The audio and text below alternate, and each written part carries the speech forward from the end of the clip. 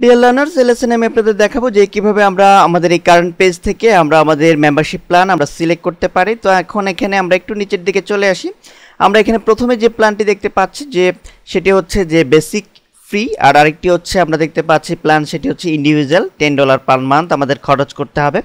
তো আমরা suppose new freelancer হিসেবে আমরা প্রথমেই আমরা বেসিক হিসেবে আমরা কাজ শুরু করব। তো সেই ক্ষেত্রে আমরা এখানে দেখতে পাচ্ছি যে একটি অপশন যে সিলেক্ট নাও, জাস্ট এই বাটনটিতে আমাদের ক্লিক করলেই হবে। তো আমরা এখানে আরও কিছু ইনফরমেশন দেখতে পাচ্ছি। আমরা এখানে দেখতে পাচ্ছি যে apply to 40 jobs per month, অর্থাৎ আমরা যদি বেসিক বা ফ্রি অ্যাকাউন্ট আমরা সিলেক্ট করি তাহলে আমরা 40টি জবে পার মান্থ আমরা অ্যাপ্লাই করতে পারবো।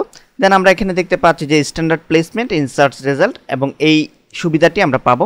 দেন আমরা এখানে যদি ইন্ডিভিজুয়ালি একটু সিলেক্ট করি, এখানে বিভিন্ন প্ল্যান রয়েছে। আমরা দেখতে পাচ্ছি যে 60 জব পার মান্থ, অর্থাৎ আমরা যদি $10 খরচ করতে চাই প্রতি মাসে, অর্থাৎ $10 খরচ করি, এই প্ল্যানটি আমরা সিলেক্ট করি, তাহলে আমরা কিন্তু 60টি জবে আমরা অ্যাপ্লাই করতে পারবো পার মান্থে। এবং আরও বেশ কিছু এখানে আমাদের সুবিধা তারা দিবে, তারা আমাদের এখানে কিছু সুবিধা উল্লেখ করে দিয়েছে। তো যেহেতু আমরা চাচ্ছি যে আমরা একেবারে বেসিক লেভেলের আমরা ফ্রি অ্যাকাউন্ট ক্রিয়েট করব, আমরা যেহেতু নতুন ফ্রিল্যান্সার হিসেবে কাজ করব, তো সেই ক্ষেত্রে আমরা জাস্ট সিলেক্ট নাও এই বাটনটিতে আমরা ক্লিক করছি আমরা বেসিক ফ্রি প্ল্যানটি আমরা সিলেক্ট করার জন্য।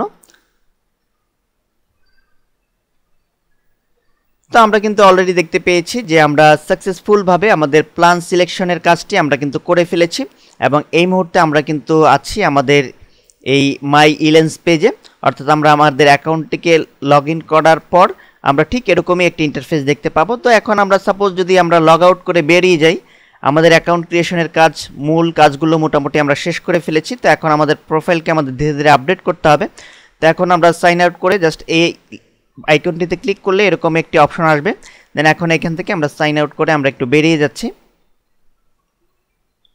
তো আমরা কিন্তু দেখতে পাচ্ছি যে আমরা সাকসেসফুলভাবে আমাদের ইলেন্স অ্যাকাউন্ট থেকে আমরা কিন্তু লগ আউট করে অর্থাৎ সাইন আউট করে আমরা বেরিয়ে যেতে সক্ষম হয়েছি। তো পরবর্তী লেসনে আমি আপনাদের দেখাবো যে কিভাবে আমরা আমাদের এই ইলেন্স অ্যাকাউন্টটিতে আমরা পুনরায় লগ ইন করে আমরা প্রবেশ করতে পারি এবং আমাদের প্রোফাইল কমপ্লিটনেস আমরা ইনক্রিজ করতে পারি।